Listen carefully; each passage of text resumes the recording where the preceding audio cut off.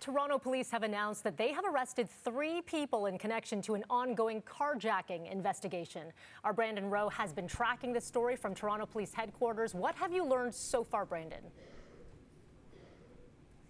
Well, Mel, this is an issue that has been plaguing the GTHA for some time.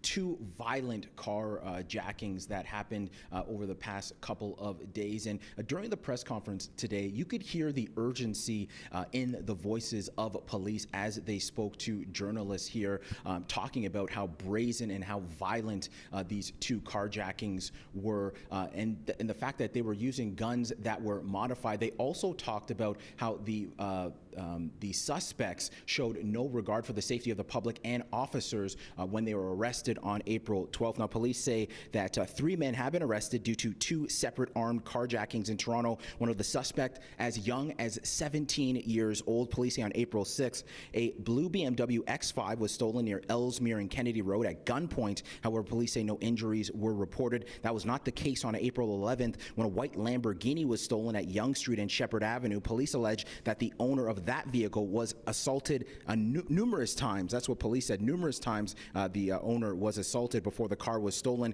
It was then on April 12th when police say that same white Lamborghini drove by police. It was tracked to a parking lot at Barmack Drive where the BMW I mentioned earlier also pulled into that parking lot. Police releasing footage of the arrest and spoke to us about the violent maneuvers the suspects made to try and evade arrest.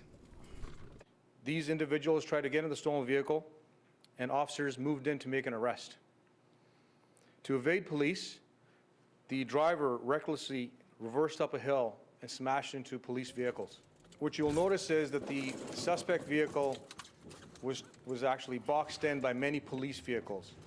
But the high rate of speed that this suspect vehicle backed up the hill and hit one of the police vehicles was nothing short of absolute disregard for any lives, specifically the men and women who were there to execute the arrest. Police were forced to smash the windows of the vehicle because what you'll see on video, and you may not be able to appreciate, is the driver was revving the vehicle to actually break out of the box. So they had to use many techniques to enter and access the occupants of the vehicle. So you heard through that interview clip just how dangerous that arrest was, having to smash through the vehicle. Officers even said they had to tase the occupants in the vehicle to try to get them arrested and do it in a safe manner so the officers were okay. Mel, I can tell you that 54 charges have been laid in total, and one thing police noted was that the 17-year-old who was arrested previously for another carjacking incident, and we will have more on this story tonight on City News at 5 and 6. All right, our Brandon Rowe, that could have been a very different outcome when we saw those arrests. Thank you so much for that. Appreciate it.